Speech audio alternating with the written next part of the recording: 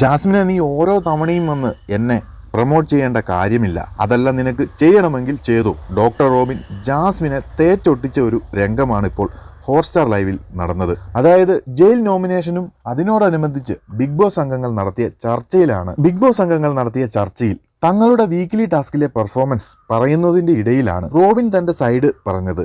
താൻ ഗെയിം കളിച്ചു, ആദ്യ സമയങ്ങളിൽ പലർക്കും ഹേർട്ടായിട്ടുണ്ട്, അതിനുശേഷം താൻ ആരെയും ഹേർട്ട് ചെയ്യാതെ കളിക്കുകയായിരുന്നു എന്നും താൻ ഗീവ് അപ്പ് ചെയ്തിട്ടില്ല, ഞാൻ കളിച്ചു തോറ്റു അത്രയുള്ളൂ. എന്നാൽ ഇത് കേട്ട ജാസ്മിൻ ഉടനെ എണീറ്റ് വരികയും എന്നത്തെയും പോലെ റോബിൻ അതാണ് ഇതാണ് എന്നൊക്കെ പറഞ്ഞ് ആരോപണങ്ങൾ തുടങ്ങി. നിങ്ങൾ കളിച്ചില്ല, അഗ്രസീവ് ആയിട്ട് തന്നെയാണ് കളിച്ചത്, എന്നിട്ട് ഗീവ് അപ്പ് ചെയ്തു എന്നുമൊക്കെ കുറേ ആരോപണങ്ങൾ. എന്നാൽ ഇത് കേട്ട റോബിൻ മറ്റ് കണ്ടസ്റ്റൻസിന്റെ എല്ലാം മുന്നിൽ വെച്ച് ജാസ്മിനെ വാരിയെടുത്തു അലക്കി എന്ന് തന്നെ പറയാം. അതുപോലെ ഒരു മറുപടിയാണ് ജാസ്മിന് റോബിൻ കൊടുത്തത്.